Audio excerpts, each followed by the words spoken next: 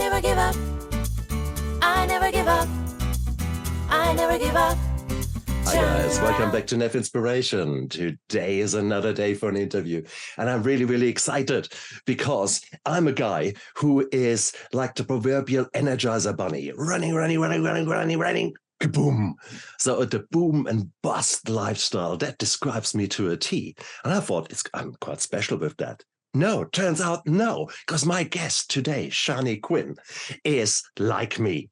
She is an Energizer bunny who has achieved since 2007 so much. She has been going out there, taking the world on until a little thing like kaboom happened.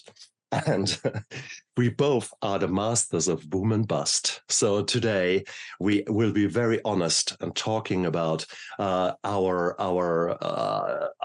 workaholic lifestyle and the risk for burnout. So Sharni, I'm so grateful that you're joining me today.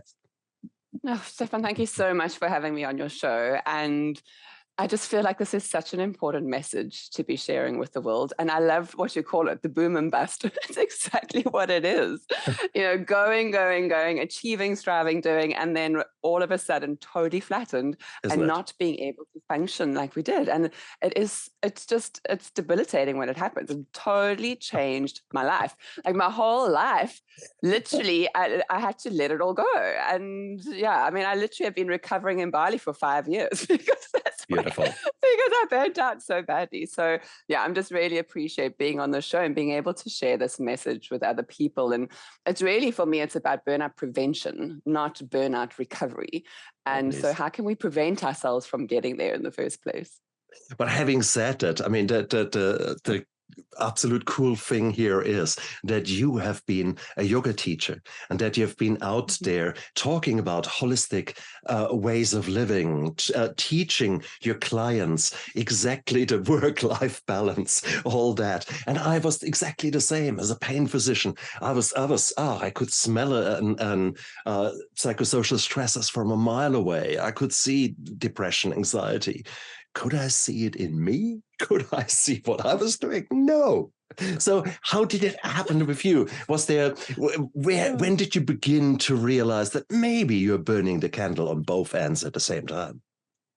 Well, I think I've always been someone who I thrive in, let's say, more challenging times. I don't know, remember when I was a child, and I've always done a lot of dancing. So I started ballet when I was 3, and then I was modern dancing and Latin, and I had all the festivals were always over the same month. It was always in October.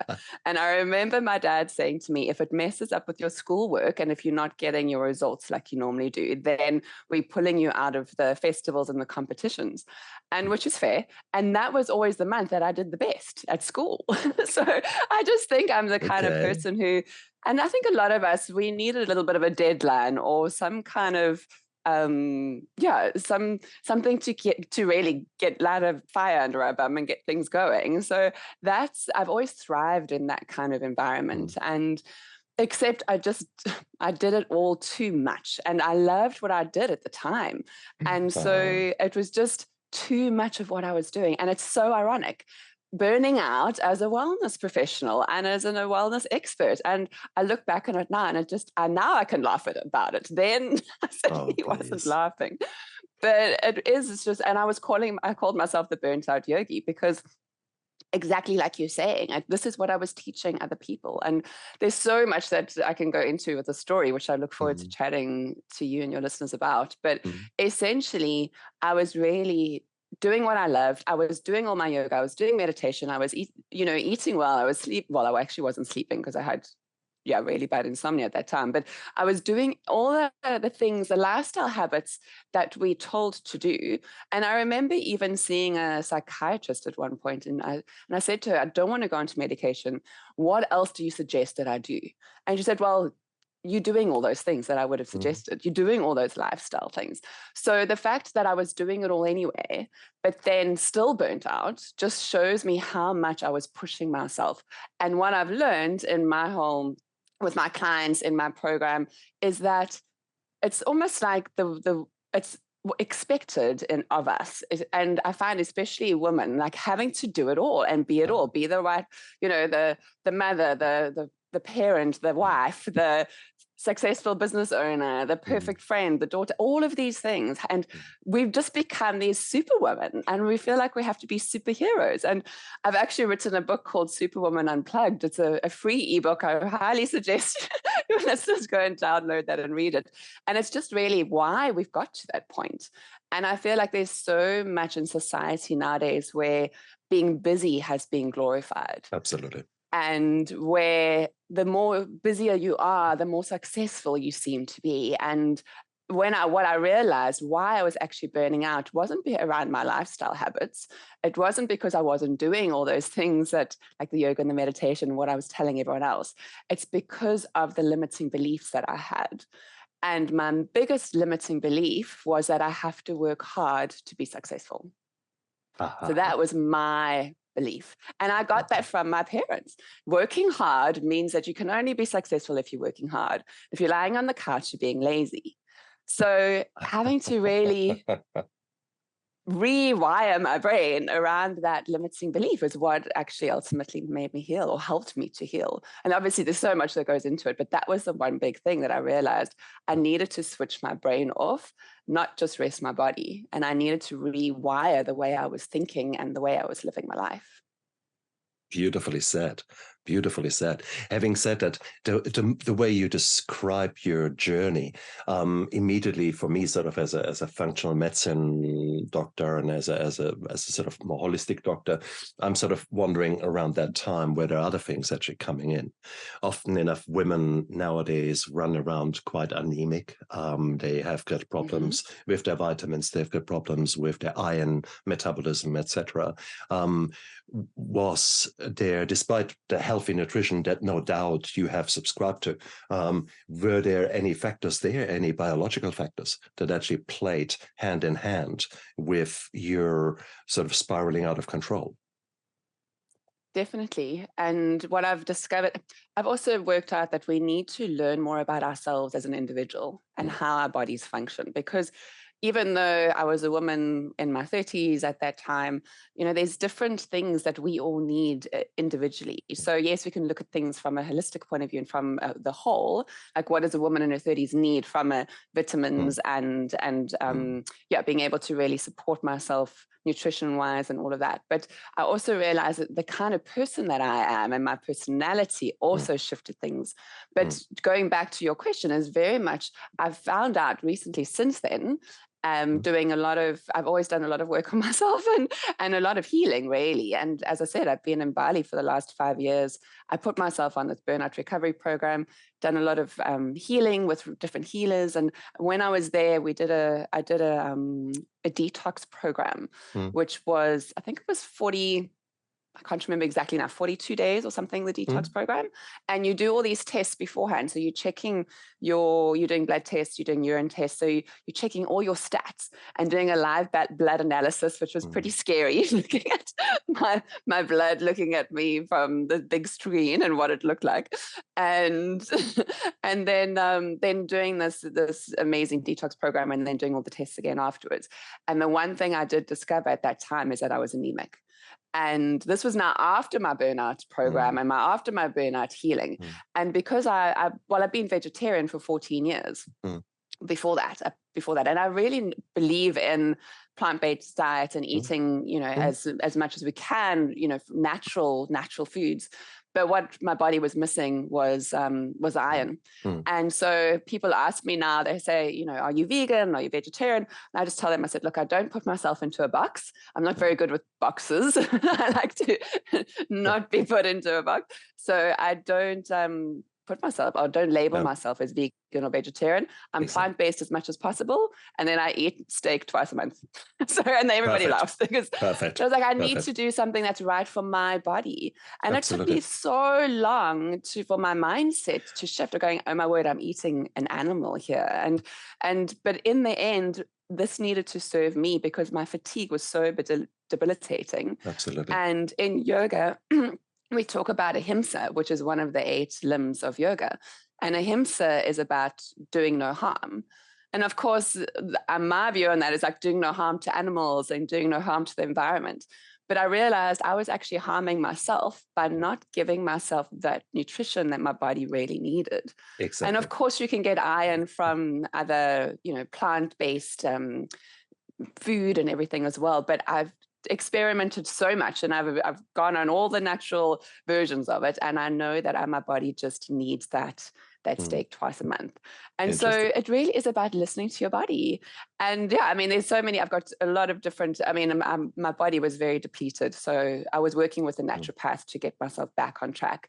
And vitamins, a whole lot of different, I had a whole suitcase. My parents, because there's some of those I couldn't get them in Bali. So my parents came over for a visit and literally brought a whole suitcase of vitamins and minerals for me. So, and that took a long time to really heal from the inside out. But that was, nutrition is so important. Absolutely. And making sure we're supporting ourselves from that point of view as well. And especially coming back to the superwoman, a superwoman who is going out there, living her life to the fullest, throwing a few babies out just as there's nothing and going straight back to the yoga class. Well, yeah, my ass. Because inevitably you are depleted. Your postpartum depletion is something. I mean, you've had this garden there, and you've grown the most beautiful, beautiful being in this garden. Can you imagine the soil is depleted? Well, yes. Now it's 2 or 3 times in a row, and do you really look after yourselves? No. And we see that again and again and again. So therefore, it's so important that when we talk about burnout, we also talk about the physical side of things, that there are often pure biological things happening in the background. And if you're completely low, in this case on iron, and therefore the red cells and the red color in the blood is low, you feel like crap. And, therefore, it's one thing to say I'm burned out, or are there other things? So I love it that you had this journey and explored that in your own body. Brilliant. Definitely. And Stephan, I'd love to talk into that a little bit more, because Shoot. And I often, we have this whole concept right now that men and women are equal, and this whole feminist, side of things, which I believe that, it's yes, we, from a human being point of view, definitely. But I actually feel like men and women aren't equal. We're complementary. And that's very different because masculine and feminine energy is different. Women are different. We're just built in a different way. And it doesn't mean to say we can't do what men can. We definitely can do that. But, and I talk a lot about this in my ebook, is that we made differently. And had this discussion with a friend of mine. He actually lives in Sydney. And when I was there, I was chatting with him. And he was saying, well, you mean that, do you feel like women can't do the same things as men? I said, we can, except that we are made in a different way biologically.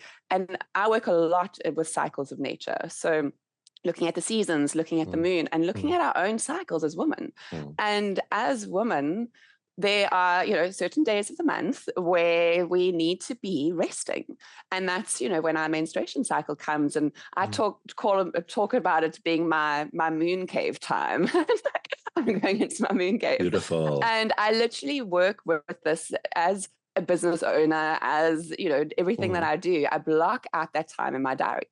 So 3 to 4 days of the month is like there's nothing planned, and I'm not doing coaching sessions, I'm not doing interviews, I'm not going off and hosting events, don't socialize. I literally take that time out for me. And of course, like that's just your resting time, and it's natural for us women to be able to do that. And what most women are doing, they're still going out there and they're exercising like crazy, and they're pushing through, and our body physically is not meant to be doing that at that time. So that's the time where we really get to rest and to recover. And like you were saying, so many women go through having children, and that's even, so much more intense, and don't give ourselves that time to recover. And monthly, we get this opportunity to do that. And so I see it as such a blessing, because if my body didn't do that for me and didn't force me to slow down, I would be going at a crazy speed.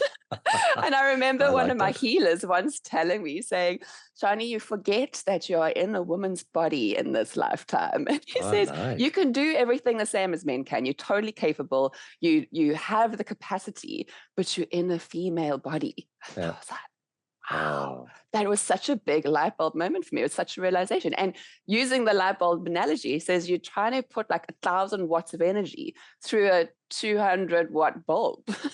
Like it. Okay, I get it. I like it a Yeah. lot. And I think that is so important. There will be women out there who say that is rubbish. We can do it all. We will do it all. I prove it to you. Yes, you can push through a lot of things. You can push through fatigue. You can push through your emotions. You can bottle it all up and just put it somewhere. Yes, okay. And there might be times when it is really needed, when it is all about survival, when it is all about a really fight and flight or freeze kind of things. Yes. That's okay. But do you really want to do that all your life? Or do you actually want to maybe just look at how the hormones are really going through your menstrual cycle? For, you can just look at books, just like just go in their menstrual cycle hormones, and you see what the waves are doing in your blood. Do you think they are just sort of washing over you and that's it? No, so I love it that you actually pay attention to that. And it is probably a beautiful, beautiful thing. I've never met a woman who actually says, hey, look, I actually give myself that grace period, that rest period. And it's such a beautiful idea. I'm getting a bit jealous because we don't have a period. So although about 10% of the men do actually have PMT, there are actually hormonal changes happening in us as well, cyclical changes, but we just don't have the official recognition for it. Oh, yes, wow. exactly. But we're all affected by the moon, and the moon cycle happens every month as well. And we've just had this incredible, huge, big, super blue moon. And that, the moon is so powerful that it changes tides, it moves the ocean. And if we're more than 70% water, of course, that's going to be affecting us as well. So men can also take some time to rest and use that as their cycle instead of, our women's menstrual cycles. Well, in medicine, okay, so between you and me and just a few thousand people who might listen to that, there is, if you look at studies, get other way around. We as medical people, we know, oh my God, it's full moon, all the nutters are coming out. We're going to get all the crazies coming to the emergency department. Now, the reality is, everyone believes in that. Yet, if you do studies, we actually can't prove it. There's only one catastrophic vascular problem that is increased in full moon, and no one knows why. So that's the only thing. So we can't prove it, but having said it, I believe it. I believe it. Yes, we are 60-70% water. So come on. Yeah, totally. Coming back to you, though. I mean, here you were as a yogi teaching your sessions, and whilst of course it is stressful to teach and it is demanding, and you're already half with the next group, etc., no doubt, but still you're pulling yourself in. Your breathing techniques, how to calm your breathing down, let your CO2 rise, therefore calm your systems down. Did that not go a long way to help you manage the impending burnout? It did, definitely. And I feel like it might have prolonged the I wouldn't say my symptoms, but the time that it took me to really fully burn out, because I had all these systems and tools and amazing techniques that I was doing. And I mean, essentially my life at that time, can I give a little bit of a picture of what yes, please. life was? Please. Because I was the burnt out yogi, but sure, I was essentially a business owner and manager of people. And when I started, so I've had 2 major burnout episodes in my life. And I think a lot of the time we look at burnout of being like mental and physical burnout and stress. And so workplace stress, when you do research on, burnout stats, it all comes up as workplace stress and workplace burnout, a lot of the information out there. So, but my first burnout was actually emotional burnout. So that was in 2010. This was way before that second burnout happened.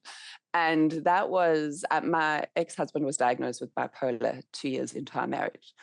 And so it was a very intense, stressful time trying to get him feeling healthy and well and on the right meds, and he wasn't working. So I just started my yoga journey, my yoga teacher journey.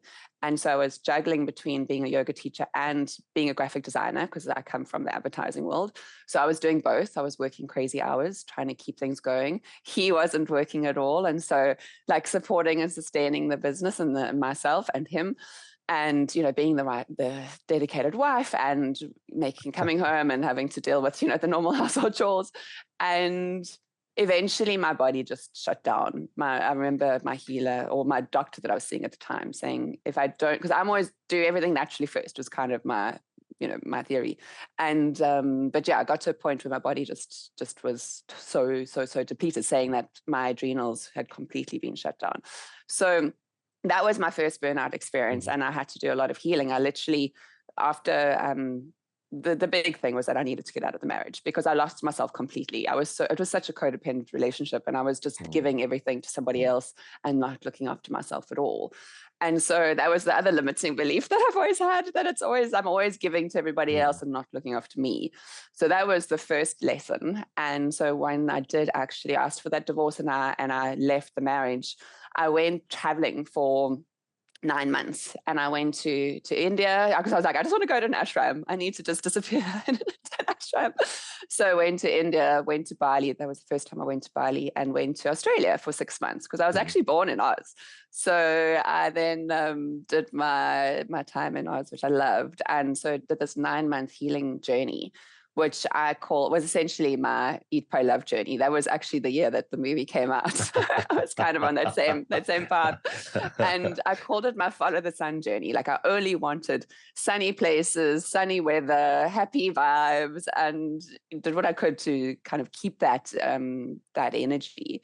And that was my first healing journey. Then I came back. Well, just 1 second. May I ask you there, were you not just running away? Where you know, a lot of people have asked me that. So a lot of people have asked me. It's devil's uppercut here. Come on, I put you on the spot. Totally. I love having all these questions and a debate about it. You can look at it that one way, yes. But for me, it was like my soul literally knew, like, you need to get out of the situation to heal. And I couldn't do that in the environment that I was in, because I needed to totally shift and focus on me and my healing. And I was in that space where I was focusing on my clients. I was focusing on the ex-husband. I was worried about my family, my parents, and what they had been through. And so I needed to remove myself from that situation and put myself in a safe space where I felt I could just be me, and I could just focus on me, and I could nurture myself and heal. And so some people might see it as running away, but I needed to reconnect with me. That was a beautiful answer. And that is so important to stress, because many people would not take those 9 months out because they feel guilty. They feel ashamed. They feel there's all these negative emotions there. And therefore, I wanted to point that out. You are absolutely right. When you're in an aeroplane and there's an emergency, you put the oxygen mask on yourself first. And most of us don't do that. So therefore, I could just commend you on that. And it's so beautiful that how you answered that. And sometimes we just need time out, and it's more than just 4 hours for a bit of a snooze, but it can be actually a complete reset. And that's what you did. Wow. Yeah. Wow. And that's what I did. And then I came back and I was like, I'm all healed and life's going to be amazing. And life is so easy now. And that wasn't the case. And I literally, that's when I really got into my yoga business, because I remember coming back and my father saying to me, just go back into advertising, because that's what you know. Because I came back with nothing. I had nothing. I had a little bit of tax money back from Australia from working there, and that was it. And I came back, and all my friends, because I would say, how old was I then? Probably about 31, 32. I was probably about 32 at that stage. So early 30s. And all my friends have beautiful big houses, husbands, about to have children, that kind of stage. And I came back and I had absolutely nothing. And it was okay, they go back into advertising because that's what I know. But my body and my soul was just like, that's going to kill you. You can't. You got out of that life for a reason. You got out of that career for a reason. And I said to my dad, I was like, I'm going to make this work. I'm going to make this yoga thing work. And that was at a stage when no one even knew what yoga really was in South Africa. It was 2011 by then. It was I think there was one yoga studio at that stage. And so it wasn't even like I was going into this industry that it is now, this booming wellness industry. I was going into kind of creating and being, one of these, slashing your own path for the jungle. I'm always doing that, creating.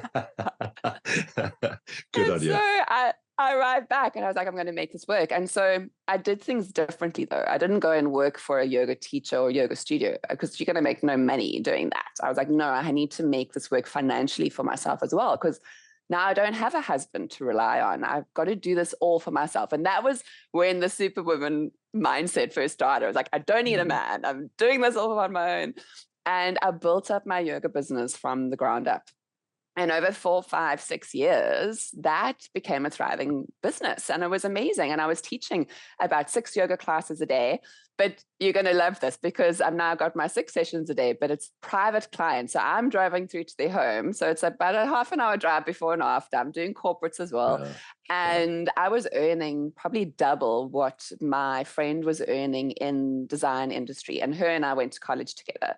So from a financial point of view, I was really able to support myself as well, which I was really proud of, and having built up this company. But at that point, I was like, this is not sustainable.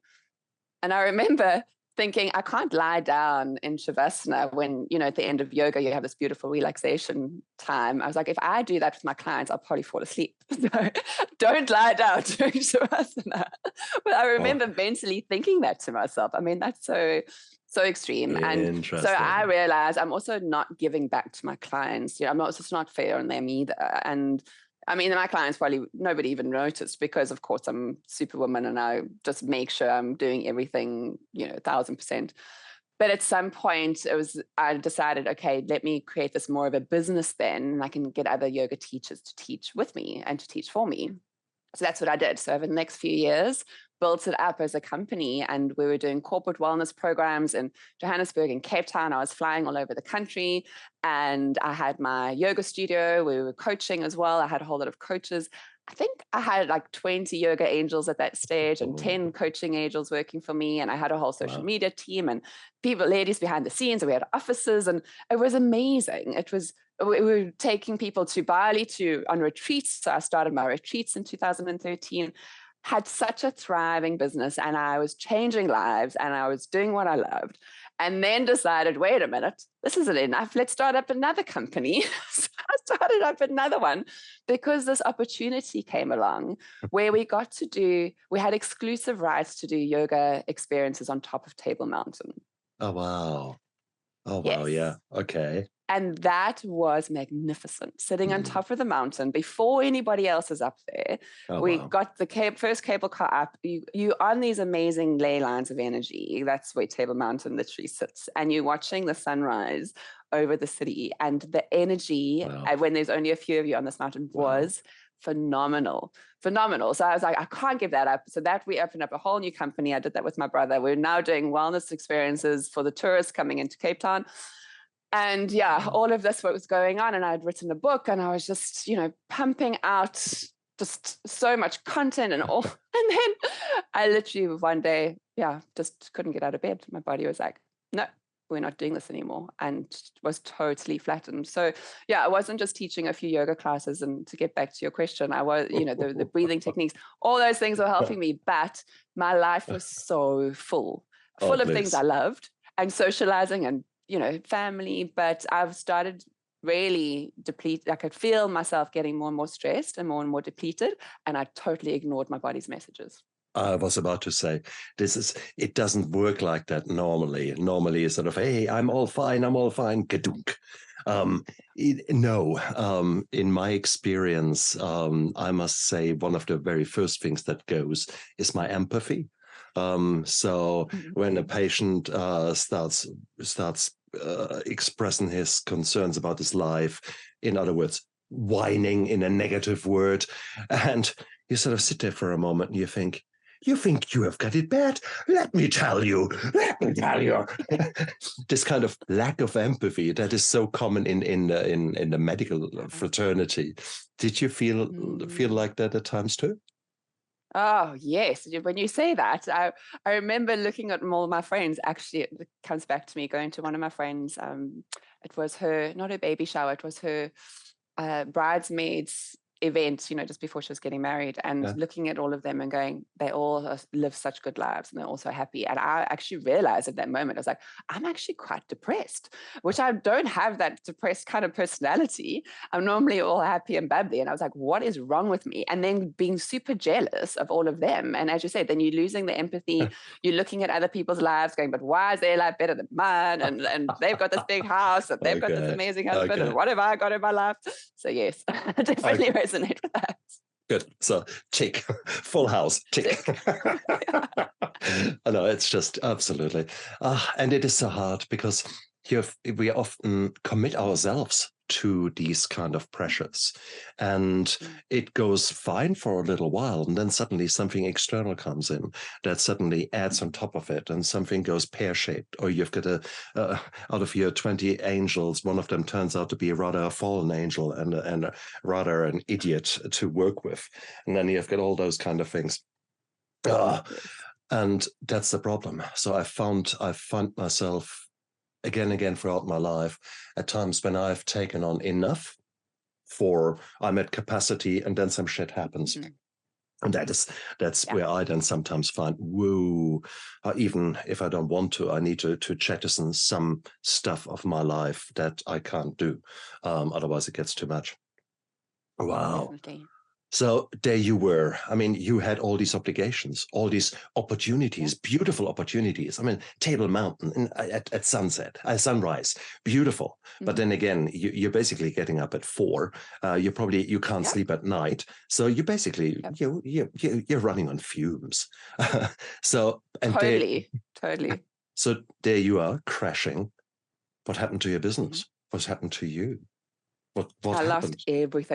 Lost everything in my life after that. And I was making changes, I could feel, as I said, I wasn't listening to my body, but then started going, okay, something's not I need to change my life. And so I started cutting things down. I started cutting down work, but then I felt like I didn't want to let other people down as well. So I didn't totally change everything. I was doing like the little things that we, let's not add too much to my diary, and actually none of that helped. And I did a little bit, but my brain was still, I still had the companies. I still was busy managing all the people. I still had my employees. I still had all those people in my life that I was looking after. And I went to Bali. I was running 3 retreats in a row. Of course, it's not like just one retreat. It's now 3 retreats flat out. And in between, my parents came over for a holiday. In between, my boyfriend came over for a holiday. So the time that I had in between the retreats, I was still playing tour guide to everybody else, and I wasn't actually resting.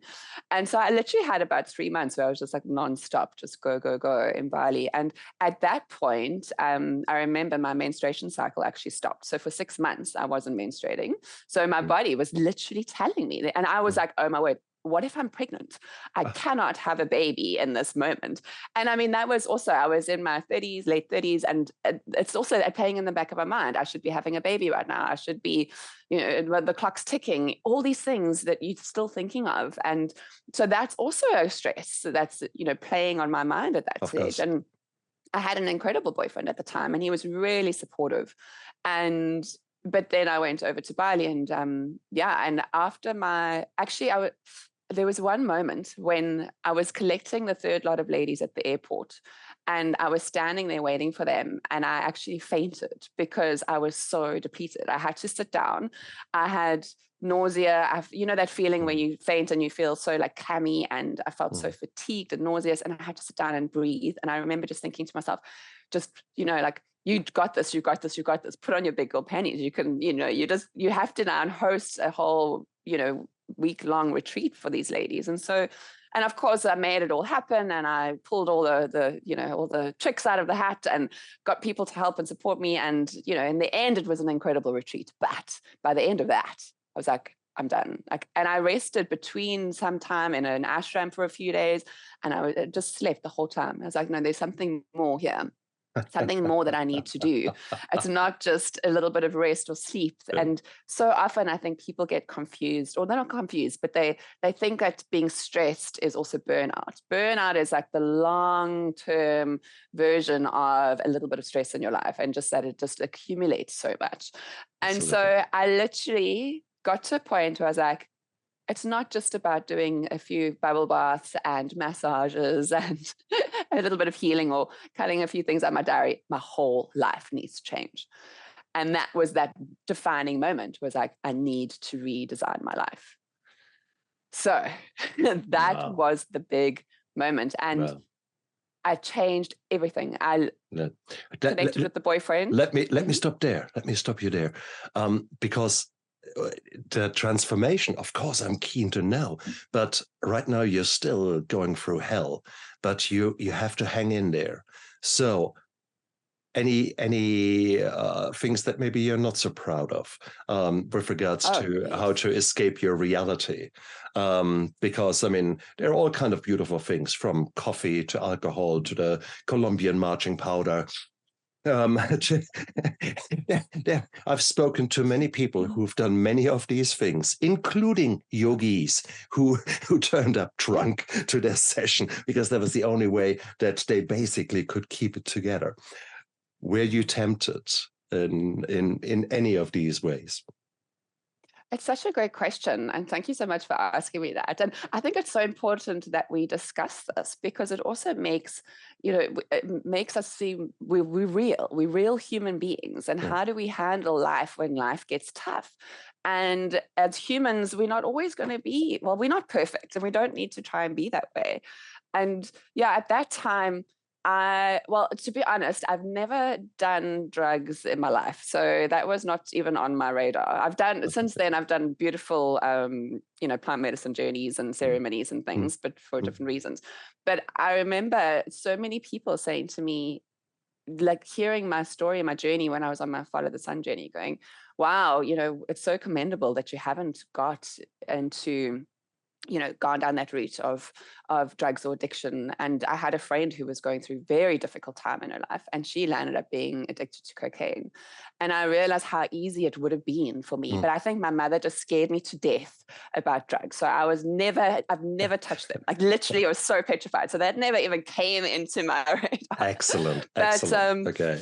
But I mean, living in South Africa, it's a very big culture of drinking amazing wine and beer and things. So it's just a normal, everyday existence. Exactly. And so I was still drinking alcohol, and I found that at that time my body wasn't handling it as much though. So I actually started drinking less, because I was so scared of how not being able to remember things and having blackouts. I was like, okay, I need to actually not touch that stuff. But also I found living in Bali, and when you're there, especially living in a boat, it's an alcohol kind of free environment. So everybody's doing other things. We go ecstatic dancing and we do all this amazing stuff, and it's not around, it's a different lifestyle, different culture. So it's not revolving around alcohol. So that's why that for me was a really good space to be in. But I'd say the biggest thing for me was feeling like I was letting people down. And so that was my hardest thing, is that I just literally left my company, my clients, and just like, I need to focus on my healing, and I just disappeared. And so I feel like that I really didn't do a good job of that. It was kind of to save my soul, but I just felt like I had let people down. And actually, there's a section here that I'd love to read. It was it's in my blog, that's on my website. It's a journal entry from 2018. And this was that moment where I said I needed to redesign my life. And I was now in Bali going, what do I do? What do I do with my business? What do I do with my relationship? What do I do with my life? And I've written here going, I'm sitting on the fence of my old life and this new one I'm about to create. It's like I know that once I jump off and run into the sunset, it would feel so good to be able to run again. I head towards a new me, and I won't be coming back. So it's a little scary. I'm afraid of whom I'll be letting down, who I'll be leaving behind, and all the FOMO I'll have when I'm missing out on the happenings back at home. However, I know I need to make this decision. I know it's going to alter the course of my life forever. I know some people won't understand, but I have my body shouting at me and my soul begging. So I know that if I don't put myself first and look after me, I will spiral further down into the abyss. I have a choice and I choose me. Beautiful. And I think that, thank you. I think that was the biggest, most difficult decision. Also, leaving my husband, is that I lost relationships, I lost friendships. I've got people who still won't speak to me now because of that choice that I made. And that was the hardest thing, is going, I'm choosing me. And so my whole life, I've chosen everybody else. And so choosing me was a big shift. And yeah, I'd say it wasn't really about addicted to other things. It was more about, my addiction was people pleasing. So how did I had to let that go. Beautiful.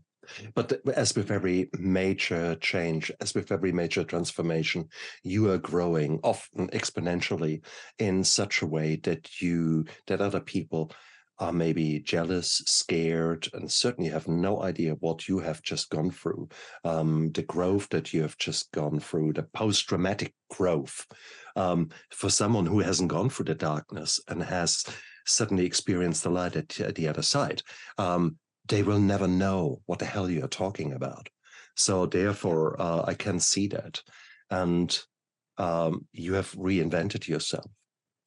Having said that, Totally. that was 2017, 2018, you were just saying 2018. there. Yeah. So it's interesting. So that was still the time when Bali was the party festival of Australia. So lots of booze tours coming across. And then there you were, starting in Bali.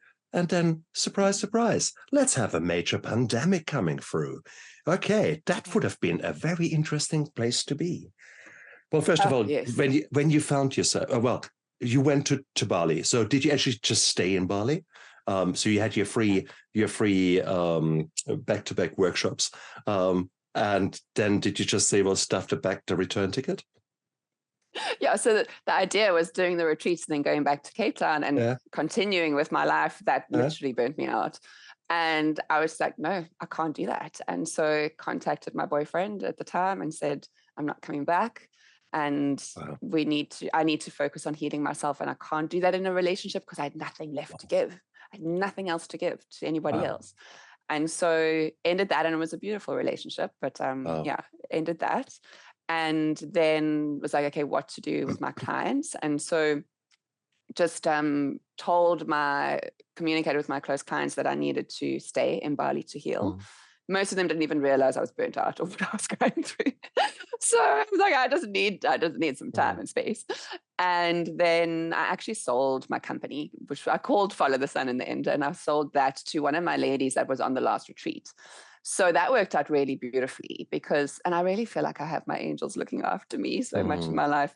But she came on and she could see that, I could really use some support because I was doing everything myself. And so we were going to then be 50-50 partners. And I thought, you know what, I'm still going to take on that responsibility of the business. So I actually then said, no, you take it all, and sold my business to her, which it could at least fund me, having a few months really of being able to look after myself and not have to worry financially. And then just totally stopped Cape Town yoga experiences. So I had to let those people down, Table Mountain, say, we're not doing this anymore. Let my brother down, saying, I can't do this. And when that would just started, so there was nothing really to sell yet. So we just said, okay, we're just shutting that down. And friends, I went off social media for a year. I just totally disconnected from the whole world and told my family I'm not coming back, and just like, I need to just focus on healing. And I didn't know how long it was going to take. I said, I'm here until I feel like I need to, so I can come back and feel better.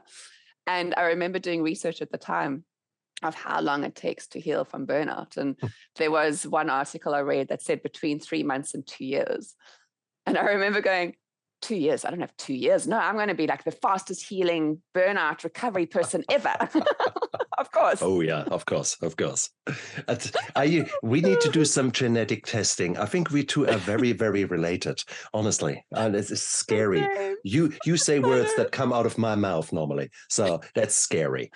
Okay, I understand exactly. But here you were in Bali. I mean, Yeah, it was where Bali. did you live? How did you live? You probably had a resort which you had used for your workshop, but typically they cost a little bit. So where did you end up?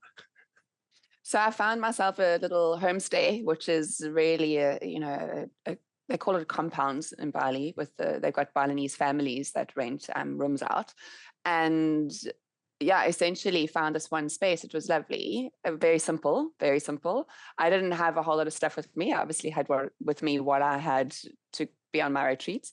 And what I love is that living a life in Bali, you don't need stuff. You can live a simple life there. Well, actually, we can live a simple life anywhere. But yeah, I was just like, I mean, at the time, actually, I got out of my space, my home in Cape Town just before this. So I think I kind of knew that this might be going on in the back of my mind. And so I was just like, I'm not going back. And I put myself on my own burnout healing and recovery program. And I started because essentially it was about changing habits and changing how I was living my lifestyle. And so often we hear, changing a habit takes 21 days. And I did so much research and found out that actually it takes about 66 days. So I thought, okay, well, let me give myself that amount of time. And so each week I did like a weekly program that I created for myself, and working with naturopath, working with kinesiologists, working with acupuncturists, working with Balinese healers. I couldn't really do much yoga because physically was impossible. I was in so much pain and so depleted. So yeah, just working with a lot of healers at that time and created this program. And actually what I did is I filmed it every week. I was filming what I was doing and how I was feeling and journaling, because I remember thinking there's other people in the world who I'm sure are feeling this way and that are also going through something similar. I know I'm going to be able to help them. I know that my story is not unique, and that going through this process, I can support other people as well.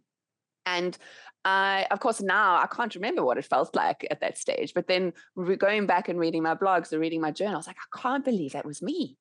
And not being able to, like, any noise, which my body was just like, it couldn't handle noise. It couldn't handle light. I literally could do one thing a day, and that was going to get groceries and coming home. And I spent the rest of the time in bed. So for a month, I was literally bedridden and not being able to do anything. So yes, had this beautiful, well, it was just a tiny little 1-bedroom villa, and healed essentially there, and spent this 10-week experience really, and I can see the difference week to week this is all on my blog, so everybody can go and have a look and watch the videos. I'm literally crying in the first video.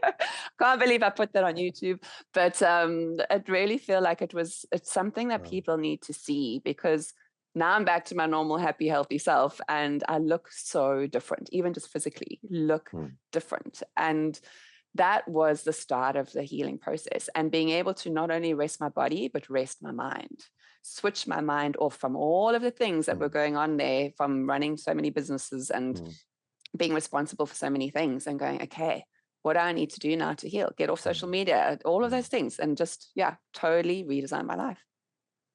Wow. And I love it that you point out that it takes so much longer than we like it to. We are we are increasingly living in a society that wants immediate gratification, I want it now, I want it yesterday, I want it all. I don't know what I want, but I want it all yesterday. Yes. So, and it's just, oh my God. My wife she was a sort of a lecturer at our university here, and she completely burned out. And after she retired from that, once she stopped working there, she was for a year lying on the couch, burned out, pretty much in a fetal position. And it was pretty much the better part of a year.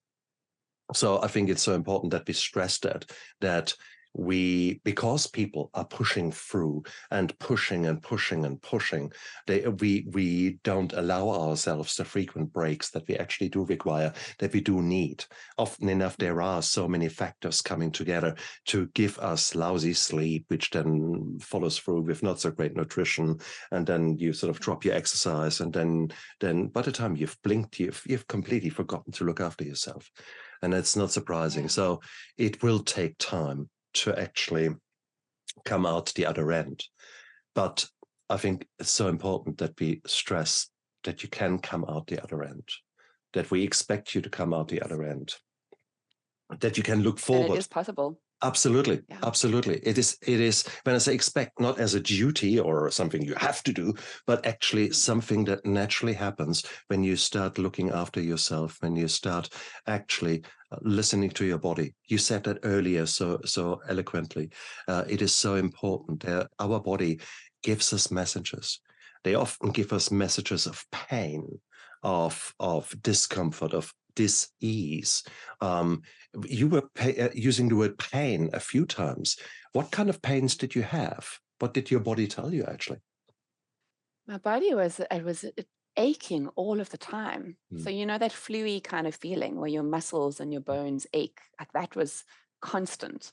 And I felt nausea. I felt seasick, you know, that seasick or that motion sickness where you got that nausea all of the time. That was there 24 hours a day. So even if I was lying in bed resting, I still felt all of that. And emotionally, I was just a mess. I was crying. I felt useless. I felt like lack of self-worth, lack of confidence, lack of all of that, just lack. And fear, so much fear.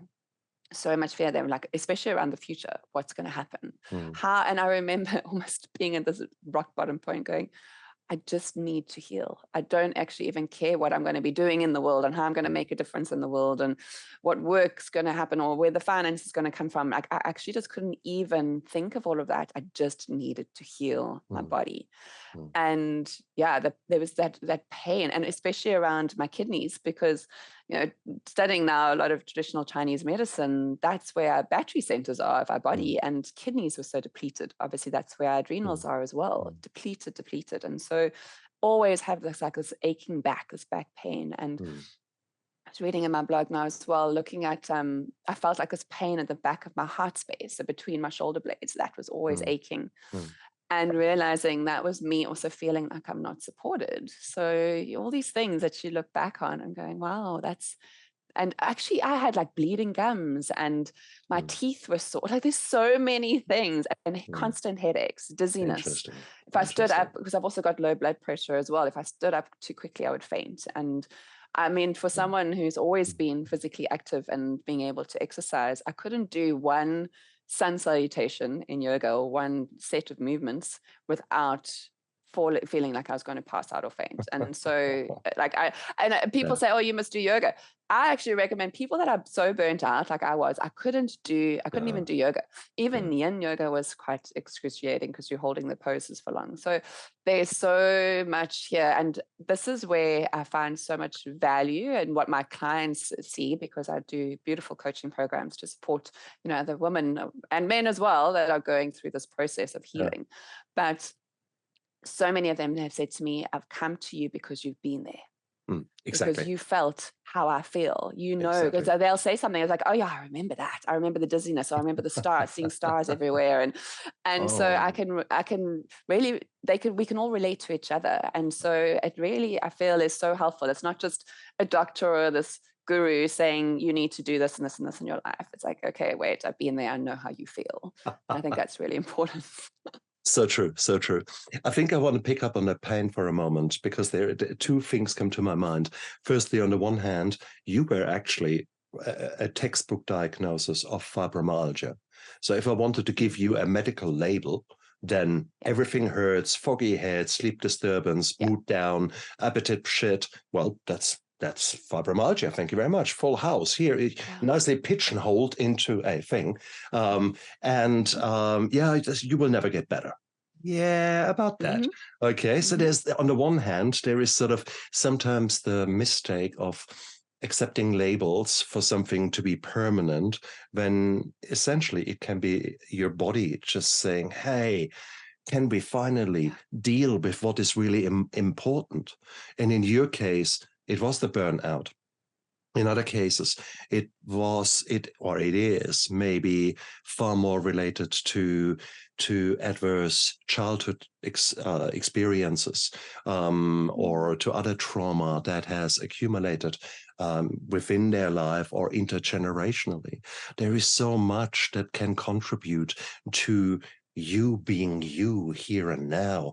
My goodness. So therefore, it is so lovely to hear that kind of more holistic thing, and the fact that you were not pigeonholed into one label of sorts, but you actually said, hey, I need time to rest. I need time to heal. Yes. And that's so true what you're saying. And I think nowadays, like, people don't know, there's not one diagnosis of burnout. It literally, it manifests in different ways for different people. I have found, though, that a lot of the time, like, my thyroid was out as well. So I was diagnosed with hypothyroidism. And in women, that's very common. That's adrenal fatigue. IBS was another thing that they said I had, all these things. But I remember going to a specialist physician because, of course, I was trying all the natural routes. My parents were like, no, we're going to take you to a proper doctor. We need to know what's going on here. And I sat in his office for an hour crying. I literally cried the whole time when he was questioning me and asking me all these things. And we did all the medical checks. And I got not even a phone call. I got an email from him saying, you're all fine. There's nothing wrong with you, because I didn't have HIV, I didn't have cancer, I didn't have diabetes, I didn't have all the big things that they were looking for. So in his mind, I was fine. And then he said, oh, here's a number for a psychologist, go and see her and she can put you on some medication. And that, I feel, is the solution for so many people, or what they're being told. Oh, here's a pill for that. And a lot of the time it shows up as depression. This is how a lot of people are really, the burnout is manifesting as anxiety and depression. And when I remember seeing one of my healers, and he said, you're not depressed. This was after when I was in the ashram in Ayurveda. He said, you're not depressed, you're sad. And that was after the divorce. I was like, yeah, that's true. It's like, obviously I feel sad. I've just got divorced. And one of the other healers was, it's just your mind, you're too busy kind of thing. So the natural healers, the Balinese healers, or the alternative healers, were seeing things in a different way. And I think if I kept on only seeing the Western kind of doctors, it would have been pigeonholed then. Okay, you've got these symptoms, so you've got this diagnosis, and now you're never going to heal. And I also think there's something in that where a doctor is telling you this, it's difficult to not believe that then. And then in my mind, I would have been like, oh, okay, now I've got this medical disease. I'm never going to heal from that. And because I didn't have that, I was like, okay, no, I'm going to just do things my own way. And I think it is so important that we accept that we are, that we humans are essentially a weird thing, a weird being that has heaps of energy going on. So therefore, maybe energy healing modalities, acupuncture, for example, Chinese medicine is a lot about getting the flow of qi, of energy going. That certainly has something to it, and it may well be an approach that assists you. A functional medicine approach where we look at the root causes of what is really going on. I loved it that you were pointing to your thyroid, to your to other hormones, to the role of your gut, the IBS. In this case, I'm sure if we were to analyze your gut microbiome, there were huge discrepancies and not very happy.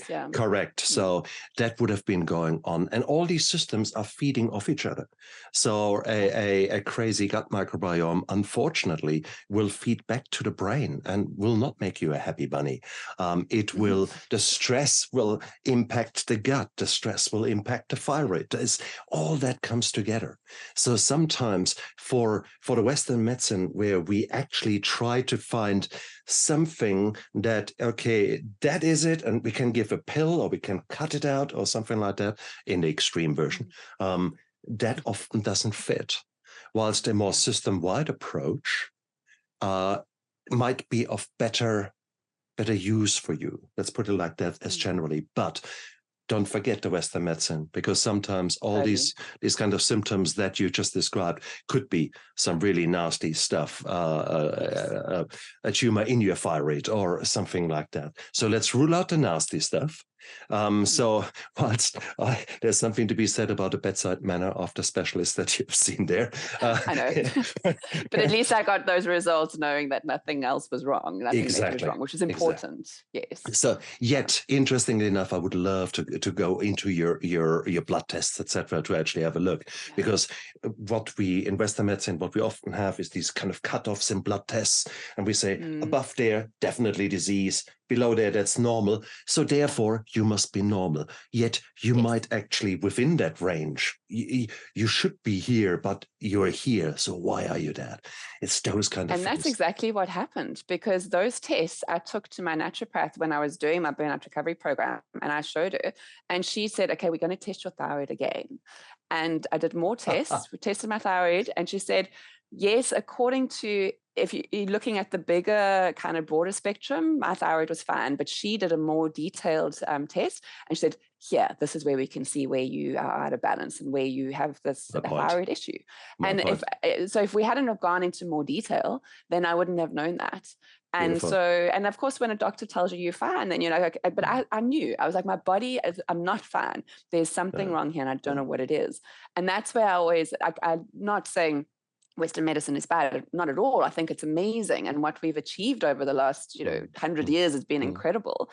But it's about, if something doesn't feel right to you in your gut, doesn't matter if it's doctor telling you or a healer or a naturopath, doesn't matter. Just trust your gut, trust your intuition, and get a second opinion. Go to other places, try different things.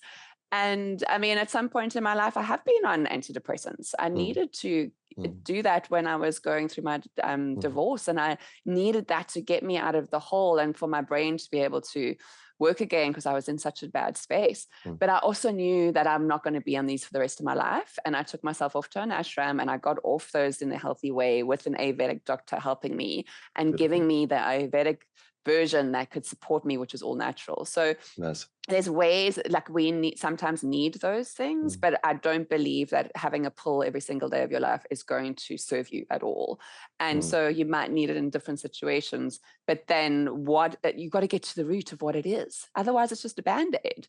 And so many people are going through, and this is how I felt, is like, I'm not actually depressed. I was exhausted. And I feel like that's happening with so many people. It's maybe not depression, it's just exhaustion. We're depleted. So what do we need to do to then let go? And this is part of my program. Like the first step is letting go. Got to let go of what is draining our energy and what is not serving us. Sometimes it's a husband. You never know what it is. Ouch.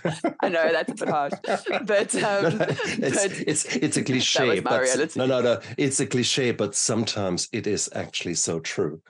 Because toxic relationships are far more common than we like to admit. And so many couples maybe stay in a relationship where maybe really they shouldn't. The problem is that again, I mean, who learns nowadays to communicate? Who has nowadays got the time to actually explore their own emotions and feelings and works with them? There's so much that we don't do. And then we expect this kind of Coca-Cola sweet kind of marriage where, there's always sunshine and we're all laughing, full of energy. No, it doesn't work like that. It doesn't work that way. And that's exactly essentially my program, is looking at your whole life. Because it's not just one thing. So over the 5 steps, we look at your lifestyle habits, which is what we've been talking about now, our lifestyle habits and health, and making sure that you are eating well. All the nutrition, lifestyle habits that we're chatting about now is important. But then step number 3 is around your work and your purpose and your job. How do you feel about that? So many people wake up in the morning and just feel like this empty feeling or this heaviness about having to go to work. And then looking at your relationships is step number 4, and making sure that you're in a relationship that is supporting you, that is, it's not only about others, it's also about your own self-love and your self-worth. And then how do you then share that with and create this beautiful conscious relationship with another person or other people? And then the last step is about your abundance. Like, how can we really tune into that abundance and just receive all these gifts from the universe? So looking at all the different areas of your life, because I feel like they feed into each other. And like you were just saying now about relationships, if that's draining and depleting you, then you're going to feel your energy levels really drop as well. So we've got to look at everything to how do we balance it all out? Beautiful, beautiful, beautiful, beautiful. No, you're so right. It is, there is so much we can do. And sometimes we get so busy running our rat races that we simply never stop to listen. And sometimes it needs a burnout for you to literally crash and burn and that you finally stop and listen. Sometimes, so if you are already coming close to that point, or if you just have gone through a burnout and down in the dumps, I congratulate you. I congratulate you guys out there, because you're now at a point where change can actually happen. With you on the hamster wheel, you had no time to actually make any changes, any meaningful changes. You were maybe paying lip service. Maybe you just bought another CD with some course, or another new book of the newest kind of thing that you then don't read, or if you read, that you then don't implement. Been there, done that. So it takes time to, it takes something to make you stop. This can sometimes be an injury. This can sometimes be a new disease. That disease may very well be a manifestation of all the crap that is going on within you. So it is, whatever it is, start listening to your body. And if you are at a point where you think, hey, I think I can do with some help, what could you guys maybe do wrong with getting in touch with Sharni? I mean, Sharni seems to be a woman that has been there, done that, vomited on the T-shirt. So bottom line is, why do you need to reinvent the wheel? Maybe get in touch with someone who actually knows what they're talking about. Sharni, if people gel with you and if people want to hear more about you, where can they find you? The easiest is that they can go onto my website, which is sharniquinn.com, and connect with me there through Instagram. I'm on Instagram often, so Instagram and Facebook or LinkedIn. But I would say, I'd love them to download the ebook, actually, because that's the beginning of the story. And it's a quick read. It takes 20 minutes. It's beautifully designed. So, of course, it's all very pretty as well. And I also share my 5 steps there. So essentially the ebook is called Superwoman Unplugged, which is the 5 simple steps to live your best life by doing less. And so I share those steps in there. And then, then they'll be getting weekly wellness tips from me via email. And so we can just, they can just really kind of get a bit of more of a sense around what it is I do, Nice. how I do it. But essentially, I would love to offer your listeners out there a free 30-minute coaching call as well. So they're welcome to connect with me on that. As I said, that's also on the website. And just to chat, to go, okay, this is where I am right now. I want to be there. How do I get there? And I can see if I can help support them. I've got online courses. I've got a Burnout to Bliss online course, which is only $47, super easy. Or I've got my 10-week life transformation program, which they can either do online or they can do a 3-month full coaching program with me, where we change all those aspects of their lives. And so that they are living their best life, but in a way that is serving them. And that is, by doing less and by being more of who they are and aligning more with themselves and their purpose and their life that is the best version of what they can be for themselves. And so I would love to set up a call, and I'm available, and I'm so passionate about what I do. And like you were saying, Stephan, I feel like my burnout was the biggest gift that ever happened to me, because it totally changed my life. And I would have just been on another trajectory. Like right now, I'd probably have 3 kids and be like running around frazzled and just doing things in a certain way, which was always about giving to everybody else. And because of this, my life is so different. And it's so unconventional. I've literally lived on a tropical island for the last 5 years, and I don't have kids. And I feel like this is now actually my path and my purpose in life, is that I can share. I've got the time and the energy because my health is good. Don't have children to be responsible for. And my mission is now to spread this message and to reach as many people that I can in the world and support as many people as I can. So this is now obviously the path that I was meant to be on. And the burnout has really supported me to do that. And how can I help other people so they don't get to that rock bottom space as well? So connect with me via, as I said, on Instagram or on my website. But I'd love to hear from your listeners. And if they're needing any support, I'm here for them. Brilliant. Guys, look down there into the description of the YouTube video and of the podcast. All the links are down there. What have you got to lose? Go for it. Whilst you're down there, hit the like and the subscribe button so that you don't miss any more information, any more cool interviews that I'm doing.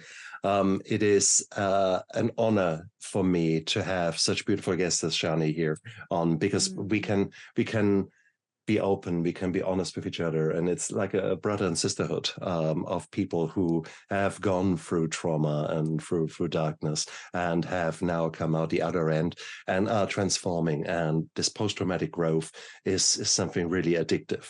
So I'm still an addict. Nowadays, I'm addicted to growing. I'm addicted to learning, to developing into a new human, and that is exciting. So my invitation is here for all of you. Come along on the ride. It is an amazing, amazing journey. So yes, please be infused by Sharni, be infused by me. And who knows, maybe one day I've got you on my show. Maybe one day you are writing back and say, Sharni, that interview, that was really what I needed to hear. Here you go. Feed it back to me and Sharni, if you want to know, because we send you all the energy out there for you to really transform into this best version of yourself. Sharni, you're a gorgeous woman. Thank you so much for being a guest on my show. You certainly made me think. You made me reevaluate certain things. So I've grown in that hour. I'm very, very grateful for that. Well, I'm very grateful for you having me on the show and being able to just really share and spread the message. Just really bring more of that yin energy in, that gentle energy, and being able to live this life that we love. And maybe I see you in Bali one day. I would love that. So that would be nice. I'd love to meet up with you in human form, but it was so lovely to see you online. So thank you so much. Fantastic. And you guys out there, look after yourself. Bye. Bye. I never give up. I never give up. I never give up. Turn around.